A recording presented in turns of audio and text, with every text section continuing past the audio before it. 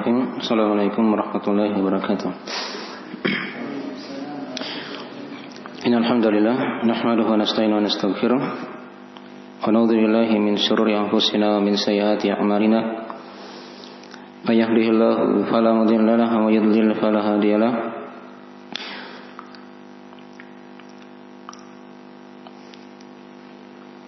Asyhadu an la ilaha illallah wahdahu la syarika lahu wa asyhadu anna Muhammadan abduhu wa rasuluh sallallahu alaihi wa alihi washabihi wa man tabi'ahum bi ihsan ila yaumiddin, amma ba'd. Inna asdaqal hadiits kitabullah, khairal hadi Muhammadin sallallahu alaihi wa alihi wasallam, wa syarrul umuri muhdatsatuha, fa inna kulla muhdatsatin bid'ah wa kullu bid'atin dhalalah wa kullu dhalalatin finnar. Masyaallah ikhwani wa akhwati fillah, azanillahu wa iyyakum rahimani wa rahimakumullah. Tapi pada malam hari ini kita akan lanjutkan dari pembahasan kita mengkaji kitab Fadlul Islam karya Syekh Muhammad bin Abdul Wahhab An-Najri rahimahullahu taala. Dan kita masih di bab yang ke-7 dari bab kewajiban masuk dalam agama Islam secara keseluruhan dan meninggalkan apa yang selainnya. Ya, sudah diterangkan dari pembahasan dari kewajiban seorang masuk Islam secara keseluruhan. Dia ambil seluruh dari perkara agama itu, jangan dia menolak sebagian, dia imani sebagiannya. Ini sudah diterangkan ya, dari sifat ahli kitab yang hukumnya kafir. Kemudian sudah diterangkan juga bagaimana seorang masuk dalam Islam secara keseluruhan. Ada dua metode yang sudah diterangkan ya. Itu dengan cara dia berhukum dengan hukum Allah dan Rasulnya. Ini bentuk dari masuk dalam Islam secara keseluruhan.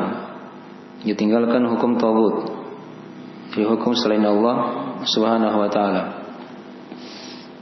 Dari bentuk juga masuk Islam secara keseluruhan sudah diterangkan, yaitu dia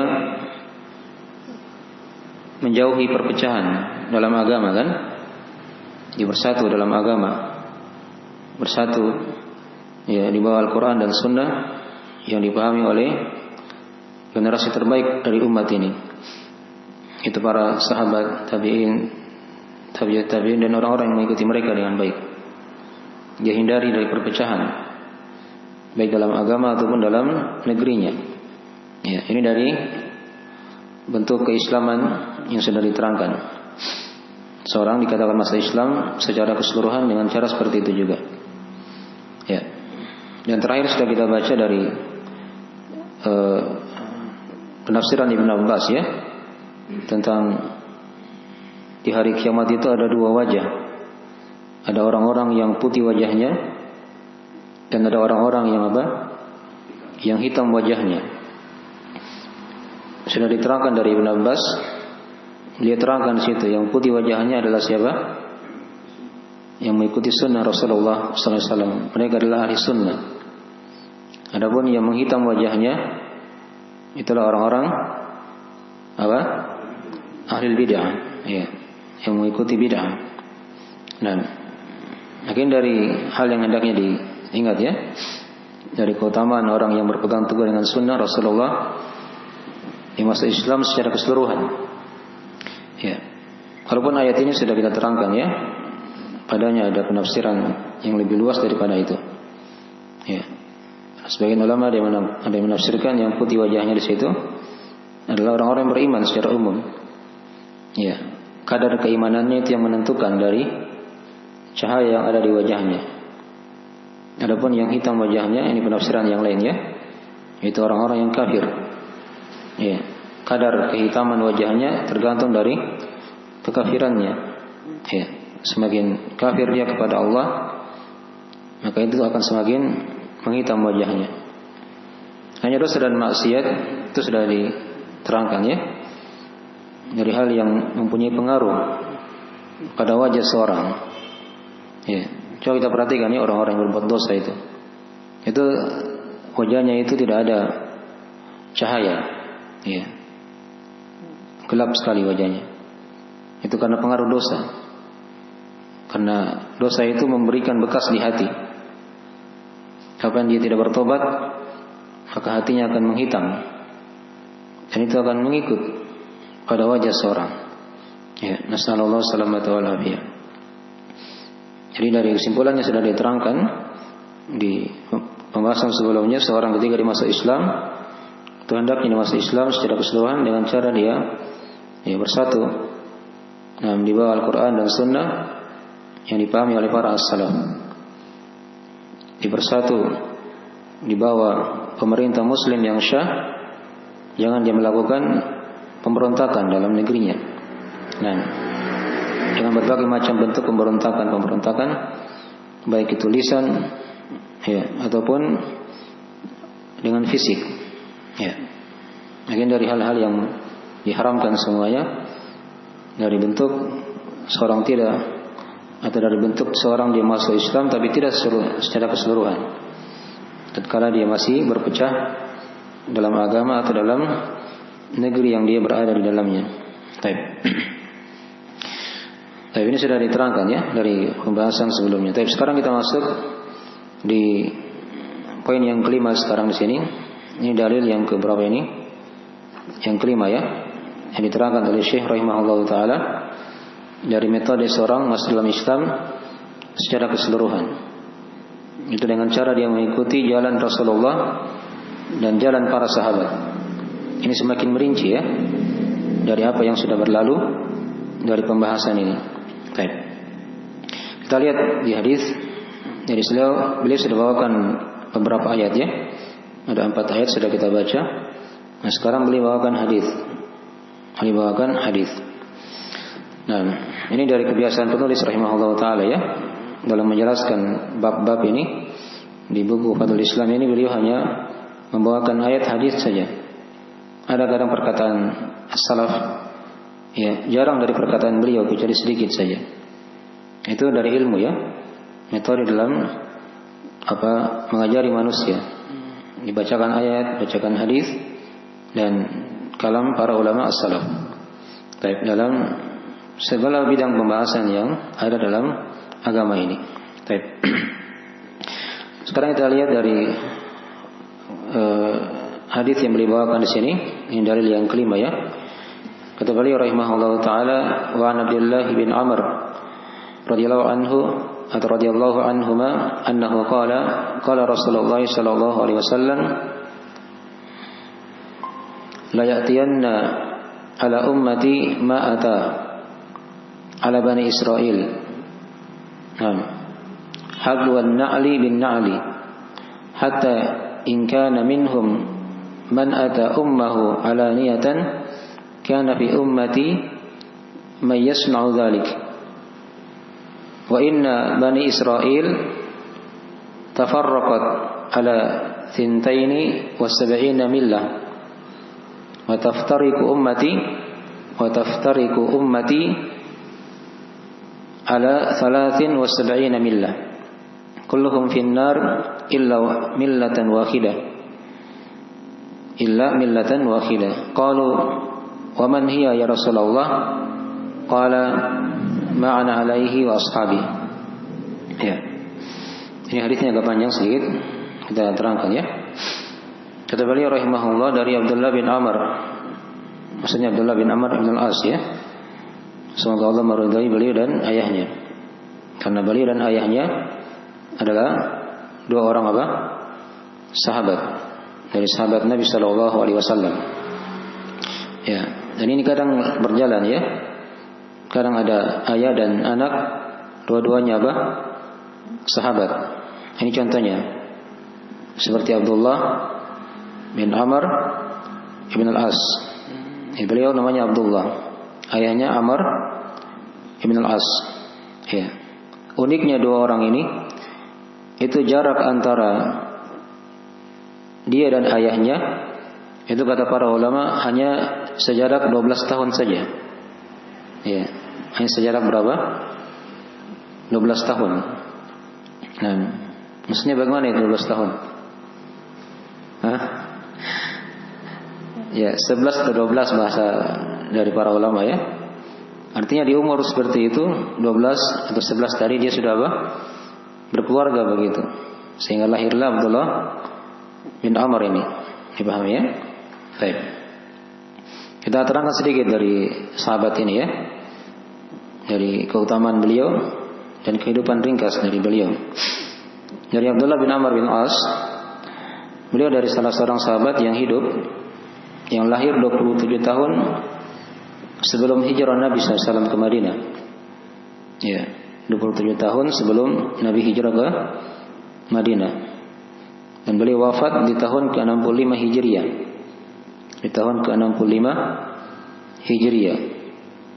Jadi umur beliau itu sekitaran berapa itu? Tinggal tambah aja 65 tambah 27. Ya, sekitaran 92 tahun. Ini sahabat Abdullah bin Amr Ibn al-As. Ya. Jadi dia dan ayahnya ini dua-duanya apa? Sahabat.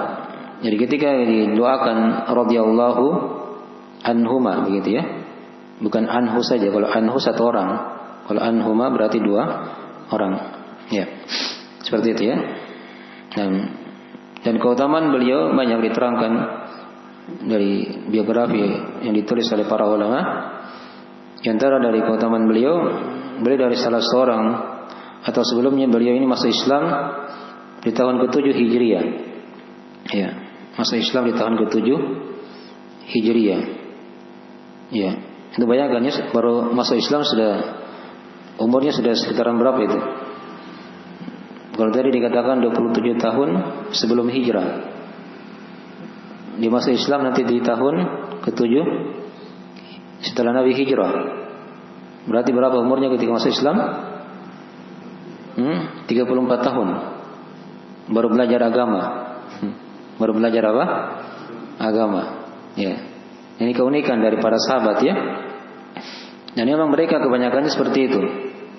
Ya, sahabat-sahabat itu memang kebanyakannya mengenal Islam itu sudah berumur ya. Ya, 30-an, 40-an. Walaupun dimaklumi ada juga sahabat-sahabat yang mengenal Islam masih anak-anak. Ya, seperti Abdullah bin Abbas dan yang semisalnya begitu ya.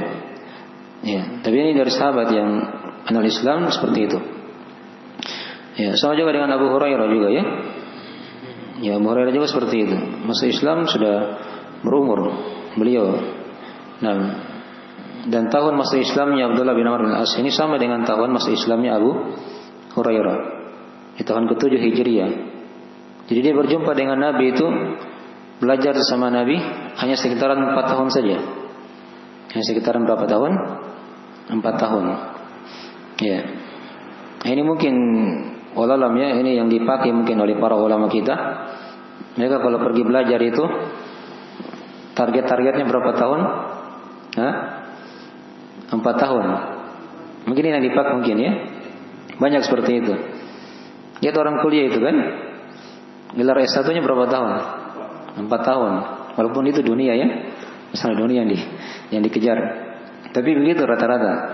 Ya, begitu rata-rata. Dia mondok juga, itu dia targetkan kalau begitu maksimal dia minimal dia belajar itu minimal 4 tahun atau 5 tahun begitu.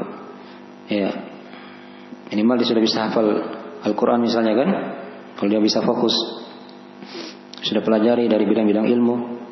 Seperti itu ya, dari metode belajar. Walaupun itu bukan keharusan ya. Tapi itu yang kita lihat dari sebagian sahabat-sahabat yang menonjol dalam masalah yang sama dengan Abu Hurairah juga seperti itu. Ya, dipahami ya. Dan Abdullah bin Amr bin As ini dari salah seorang sahabat Nabi yang ketika itu beliau diizinkan oleh Nabi SAW untuk menulis hadis-hadis. Menulis hadis-hadis dipisahkan dengan Al-Quranul Karim. Ya.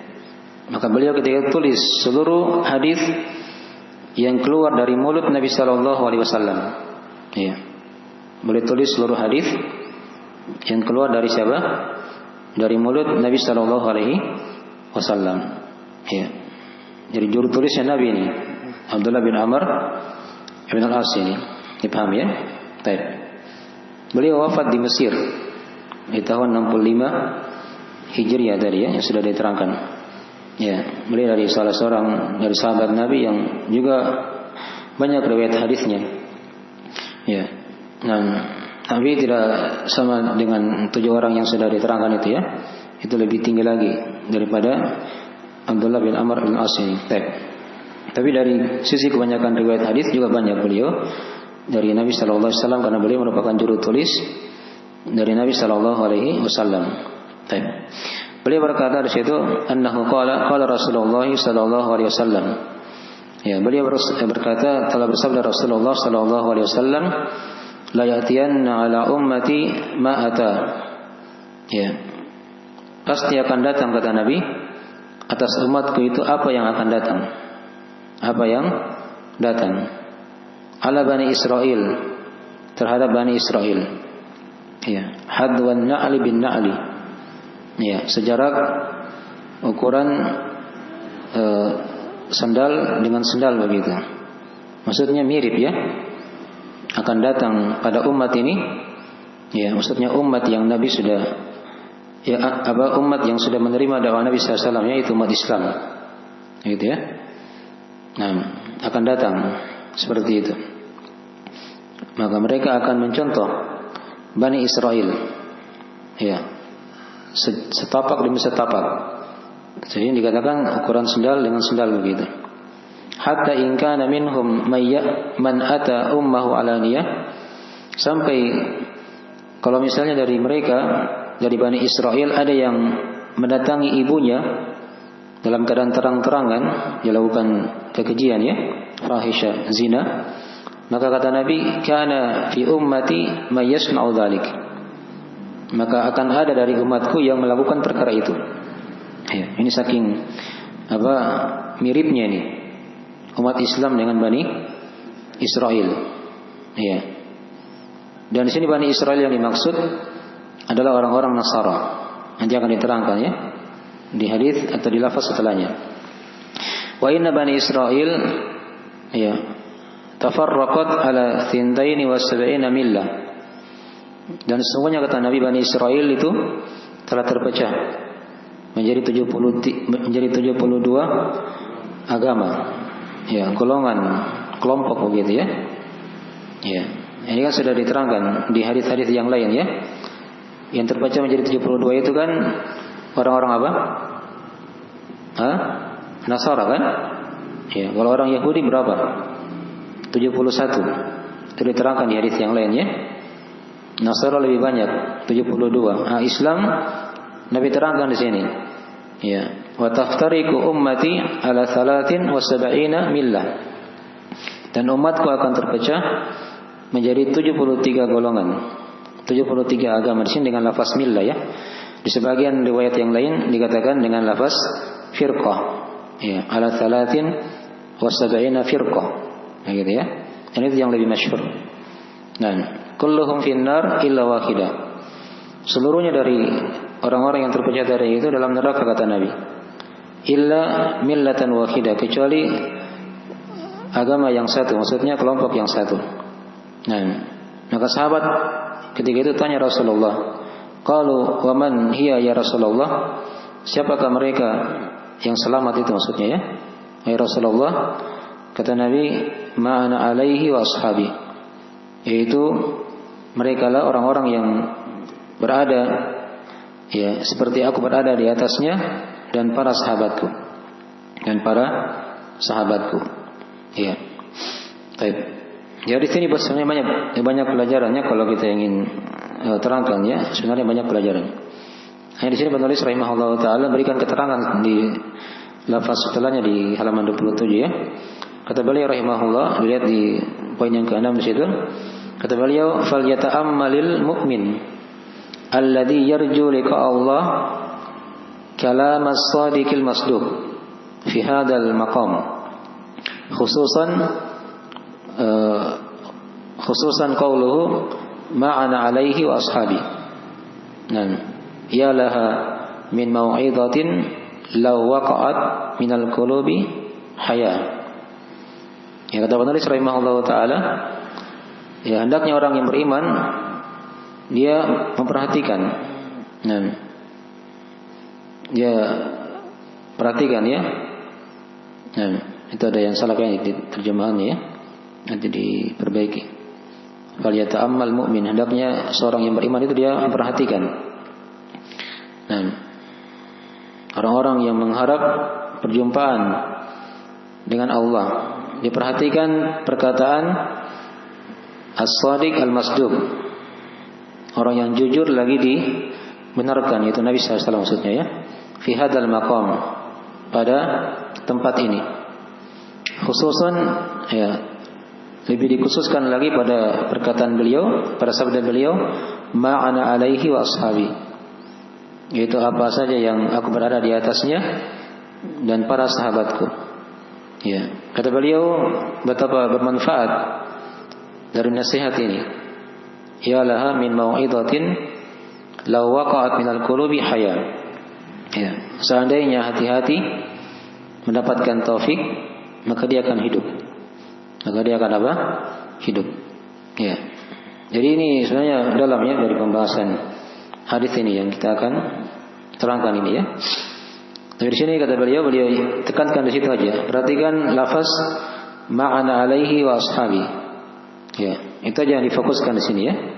Di riwayat yang lain dikatakan ma'ana alaihi al-yawma wa ashabi. Ada kata al-yawm. Ya, yaitu apa saja yang aku berada di atasnya pada hari ini dan para sahabatku. Ya, ini yang beliau ingin tekankan di situ. Jadi seorang ingin masuk Islam, apa kalau dia ingin masuk Islam secara keseluruhan, maka hendaknya dia mengikuti jalan Nabi dan jalan para sahabat. Ya, dia ikuti agama Nabi dan ikuti para sahabat. Ikuti agama Nabi dan ikuti agama para sahabat. Itu sebenarnya dari pokok pembahasan, dari model metode seorang masuk Islam secara keseluruhan. Ya. Karena tadi orang-orang yang terpercaya itu yang sudah diterangkan, itu mereka beragamanya bukan seperti agamanya Nabi. Ya, walaupun mereka mengaku. Ya, kan tidak ada umat Islam itu kalau ditanya, kamu ikuti siapa? Pasti dia bilang ikuti Nabi. Kan begitu. Tapi gaya agamanya, cara beragamanya tidak seperti Nabi SAW. Ya. Contoh misalnya, Nabi punya jenggot. Dia apa? Cukur jenggotnya. Katanya ikuti Nabi. Begitu kan? Dicontoh ya. Nabi tidak isbal. Dia apa? Isbal misalnya kan? Diturunkan apa? Kainnya di bawah mata kaki. Ya. Dan seterusnya ya, banyak kalau mau ingin dirinci satu persatu begitu. Ya, hanya mengaku saja ikuti Nabi, tapi Nabi tidak pernah apa? Atau tidak seperti itu yang mereka apa? Lakukan dalam agama. Ya, Nabi kadang tinggalkan perkara itu, mereka lakukan. Dari perkara-perkara baru misalnya kan dalam agama. Baik. Itu dari kebanyakan yang terpecah menjadi 72 tadi itu ya. Satu yang 73, tapi 72 yang diancam dengan neraka. Dipahami ya? Baik. Itu metode seorang masuk Islam secara keseluruhan, dengan dia mengikuti jalan Nabi, jalan Rasulullah SAW, dan jalan para sahabat. Ya, dan jalan para sahabat. Baik. Itu aja yang dia pegang dalam masalah ini. Ya, walaupun hadis ini kalau kita ingin uraikan tadi, ya, sini banyak dari faedah-faedah ya, kita ulas sedikit ya dari pembahasan ini sebagai tambahan faedah dalam hadis ini. Dikatakan dari situ, la yatiyanna ala ummati ma ata ala bani Israil. Ya. Kata Nabi akan datang pada umatku. Ini maksudnya belum terjadi ya. Nabi hanya katakan pasti akan datang. Ya, di sini juga ada pelajaran ya. Nabi itu dari pelajaran di sini kita bisa petik, kata para ulama, dari ciri atau tanda kenabian. Nabi itu bisa mengkhabarkan apa yang akan terjadi pada masa yang akan datang. Ya, di sini beliau katakan akan datang pada umatku. Artinya pada waktu itu ketika Nabi masih hidup belum terjadi kan perkara ini. Sahabat masih apa? Satu ketika itu umat Islam. Kana an-nasu ummatan wahidah. Dulunya manusia itu adalah umat yang satu. Ya, dipahami ya? la ya'tiyanna 'ala ummati ma'ata. Ya, di sini umatku maksudnya umat Islam yang sudah menerima apa? Keislaman, yang sudah menjawab Islam itu. Ya, bukan umat secara umum ya. Karena beliau uraikan nanti setelahnya ada Bani Israel, itu yang selain dari umat Nabi di sini maksudnya ya. Nah, karena umat itu ada dua macam kata para ulama. Ada umat dakwah, ada umat istijabah. Kalau umat dakwah itu maksudnya umat yang mau didakwai. Ya, mungkin mereka masih non muslim, itu masuk dalam kategori umat yang didakwai juga kan, yang hidup setelah Nabi diutus kan begitu. Itu namanya umat dakwah. Yahudi Nasara hari ini kan misalnya, atau orang-orang yang non muslim, itu dikatakan umat apa? Umat dakwah. Hidup di masa Nabi sudah diutus, mereka didakwai kan begitu, supaya masuk Islam. Ya. Nah, umat yang kedua ada namanya umat istijabah. Umat istijabah. Istijabah maksudnya itu dia sudah menjawab dakwah Islam, sudah masuk Islam dia. Ya. Ini perhatikan kata Nabi ya. La yatiyanna 'ala ummati ma'ata. Akan datang pada umatku. Ya, apa yang datang pada Bani Israel. Tadi sudah diterangkan ya, umat di sini maksudnya umat apa? Umat istijabah yang sudah menjawab, sudah masuk Islam, gitu ya. Sudah masuk Islam. Ala Bani Israel. Apa yang datang pada Bani Israel. Ya, siapa itu Bani Israel? Siapa itu Israel? Kalau kita sekarang mungkin kenalnya Israel, gitu kan? Ya. Nah, ini perlu kita detailkan kadang ya. Kadang orang tidak tahu menahu apa itu asal usul lafaz Israel itu.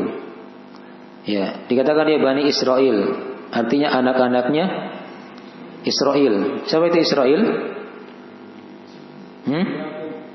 Ya, Israel ini nama Nabi ya. Ya, dia nama lain dari Nabi Yakub. Ya, Nabi Yakub. Nah, anak-anaknya Nabi Yakub masuk di situ Nabi Yusuf ya, dan seterusnya di situ.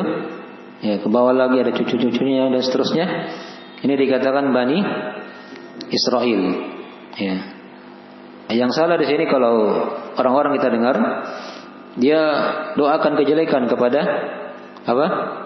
Israel, ya gitu kan? Dia doakan laknat pada Israel. Itu salah ya? Ya. Itu juga dari kelicikan orang-orang Yahudi ya. Ya, mereka pakai nama Nabi di situ untuk membalut apa? Dari kemungkaran, kesesatan mereka, dari agama mereka yang apa telah terhapus begitu kan? Nah, harusnya kan kalau mau laknat orang-orang Yahudi, begitu kan? Bilang doakan kejelekan kepada orang Yahudi yang telah menzalimi misalnya kan? Jangan pakai bahasa Israel. Ya, karena Israel ini nama Nabi. Ya, ada diterangkan dalam Al-Quranul Karim ya. Ada di surah Al-Imran. Maksudnya Nabi Yakub itu nama lainnya adalah Nabi apa dikatakan dia Israel. Dipaham ya? Baik. Sedikit ya dari pembahasan masalah ini. Ala Bani Israel. Ya. Nah, hadwa an-na'li bin na'li. Ya. Sejajar apa sendal dengan sendal, gitu ya maksudnya. Orang kan dua sendalnya begitu ya di jalan. Ikut lagi satunya begitu kan? Satunya maju terus. Sejajar sendalnya begitu kan? Kiri kanan. Nah, itu perumpamaan dari Nabi SAW. Umat Islam akan mengikuti Bani Israel seperti itu. Bani Israel melangkah, dia langkah juga satu. Langkah satu, langkah juga satu dan seterusnya. Sejajar begitu. Ya, dan ini mirip dengan hadis yang lain ya. Di hadis riwayat Al-Bukhari Muslim yang lebih sahih, kata Nabi SAW, la tattabi'anna sanana man kana qablakum shibran bi shibrin wa dira'an bi dira'in. Ya, wa dira'an bi dira'in hatta law dakhala juhra dabbin la dakhaltumuhu. Kata Nabi SAW, ya, sungguh pasti kata Nabi, kalian akan mengikuti sunnah-sunnah orang-orang sebelum kalian. Ya, sedikit demi sedikit, sehasta demi sehasta. Ya, pertama sejengkal demi sejengkal. Ya. Kemudian sehasta demi sehasta. Jengkal itu kan dimaklumi ya. Dari ujung jari, ibu jari sampai ke kelingking begitu kan, satu jengkal. Kalau sehasta dari ujung jari tengah ke ujung siku, itu sehasta. Jadi sedikit-sedikit dicontoh begitu. Sampai kata Nabi, andai kata mereka masuk dalam lubang dhub, ya dhub ini mirip biawak, tapi dia bukan biawak. Dia itu hewan padang pasir yang bikin lubang di tanah begitu. Ya, itu kecilnya lubang dhub itu. Andai kata mereka masuk ke situ, kalian juga ikut masuk ke situ. Ya, kalian juga akan ikut masuk ke situ. Dan ini telah nampak di umat Islam pada hari ini. Ya, katanya mau boikot produk-produk Yahudi misalnya.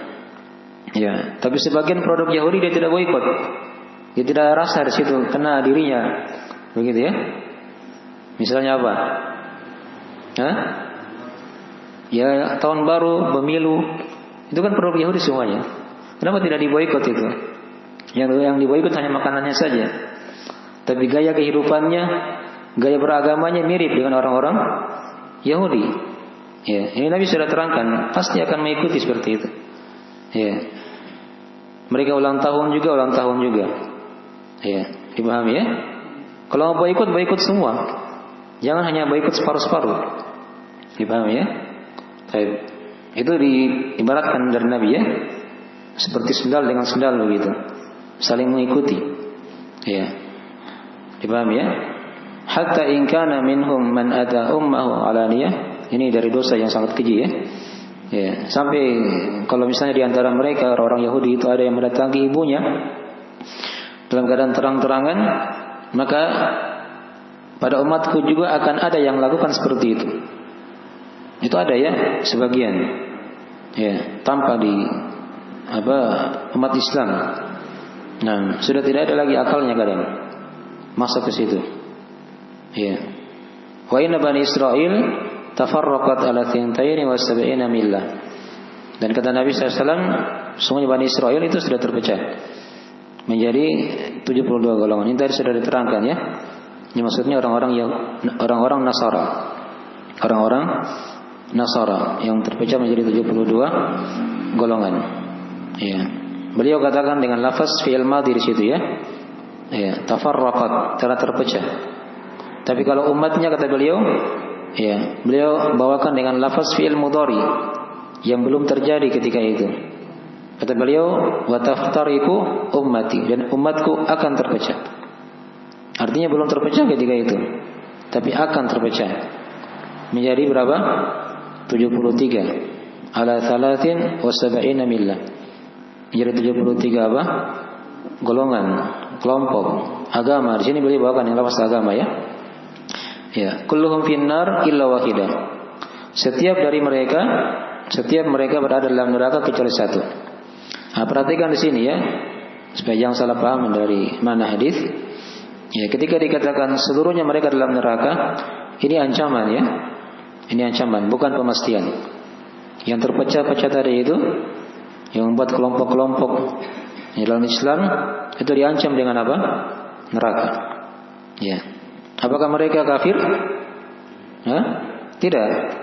Karena Nabi kan katakan umatku. Masih dikatakan umatnya Nabi. Dipahami ya?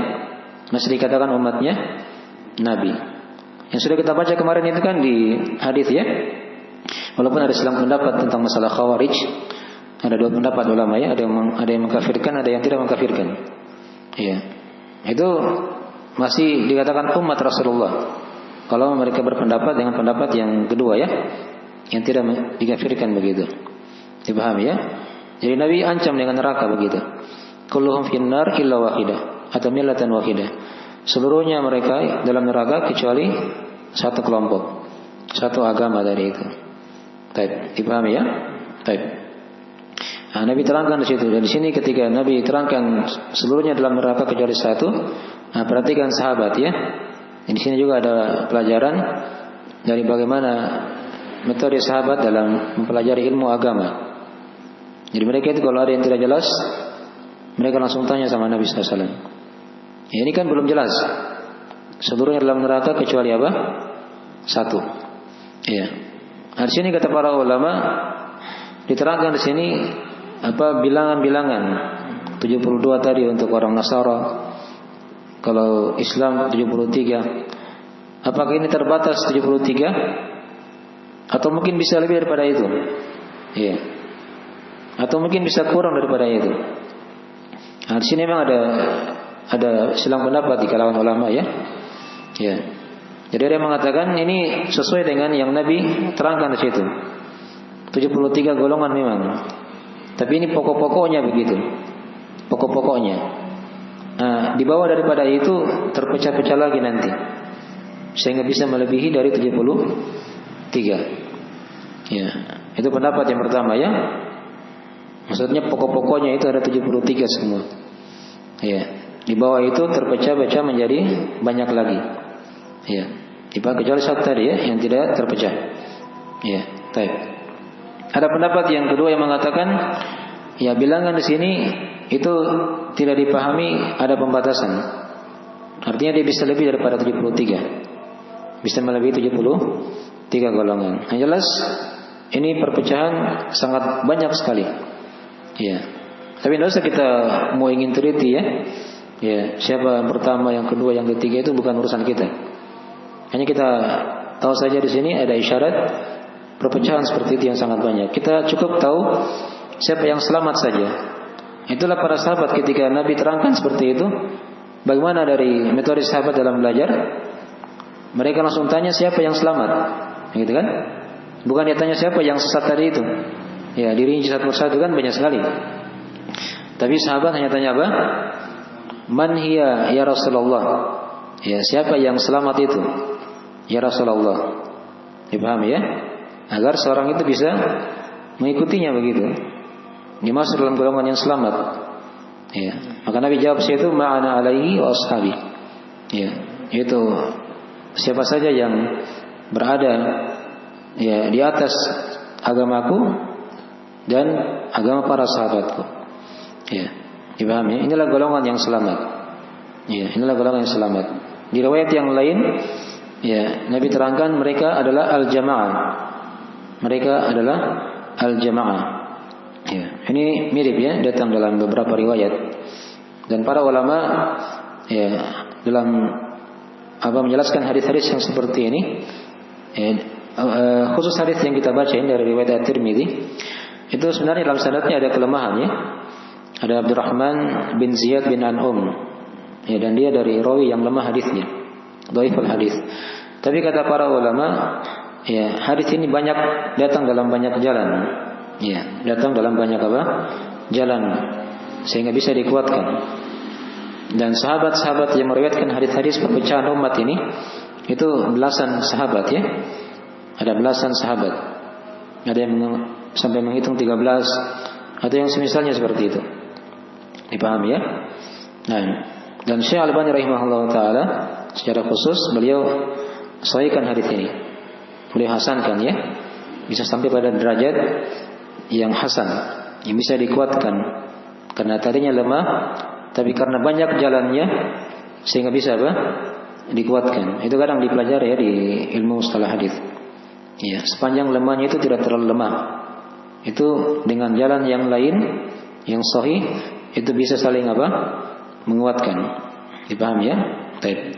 Jadi dari kedudukan hadis ya yang telah kita baca, hadis yang telah kita bacakan dari itu. Baik. Ya. Sekarang diperhatikan tadi ya di lafaz ma'ana alaihi wa ashabi. Ya, siapa saja ya atau mereka itulah orang-orang yang berada ya di atas seperti yang aku berada di atasnya dan para sahabatku. Ya, Nabi kan jelas agamanya. Sekarang para sahabat ya wa ashabi. Siapa itu para sahabat? Ya. Sahabat itu kan mungkin sudah pernah dengarkan ya definisi sahabat. Ada berapa kriteria sahabat? Ada 3. Ini harus ada semuanya 3-3-nya ya. Jadi kriteria sahabat. Kapan kurang satu maka dia bukan bukan sahabat Nabi. Yang pertama dari kriteria sahabat yaitu dia berjumpa dengan Nabi. Ya, berjumpa dengan Rasulullah. Bukan melihat ya. Dia berjumpa.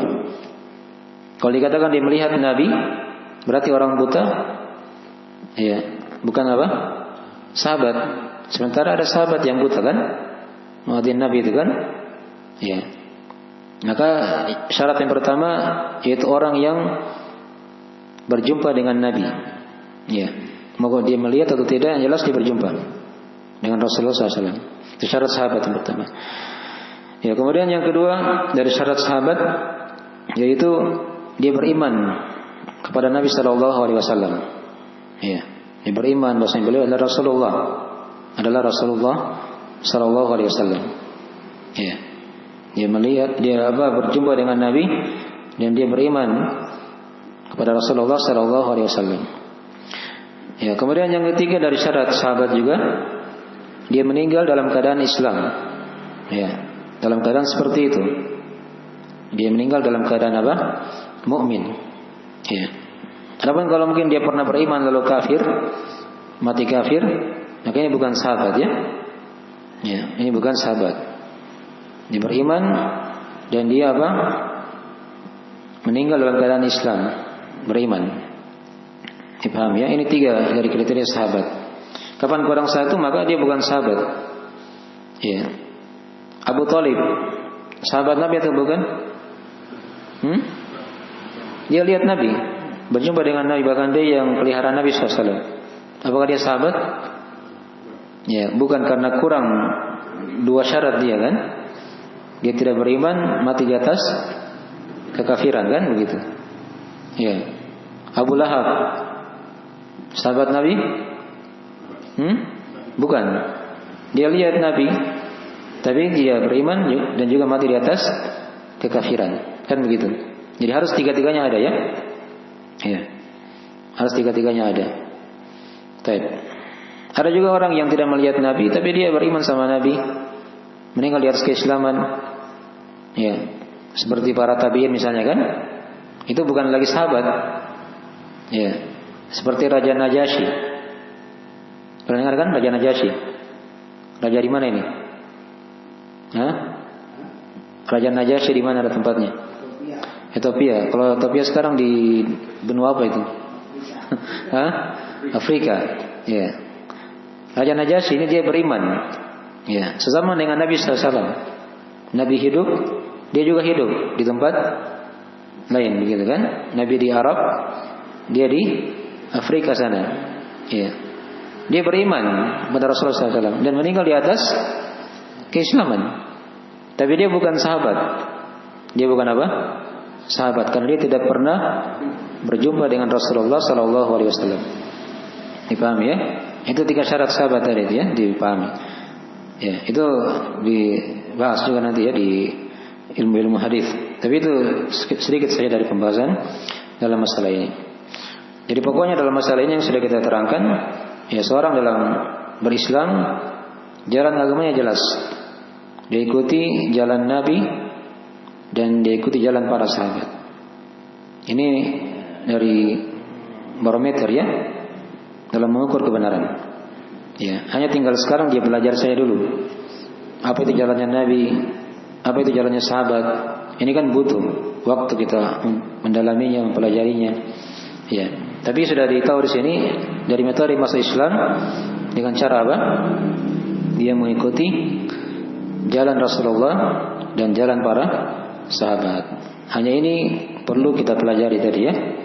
Apa itu jalannya Nabi di masalah begini, seterusnya banyak sekali.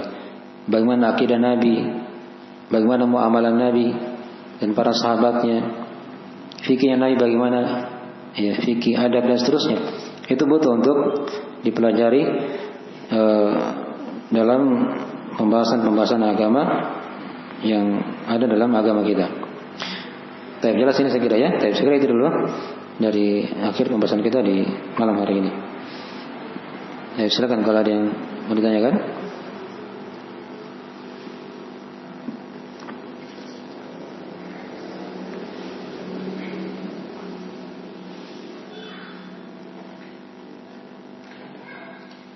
Segera itu dari pembahasan kita di malam hari ini. Kita akhiri majelisnya. Nah, subhanakallahumma wa bihamdik, asyhadu an la ilaha illa anta, astaghfiruka wa atubu ilaik. Assalamualaikum warahmatullahi wabarakatuh.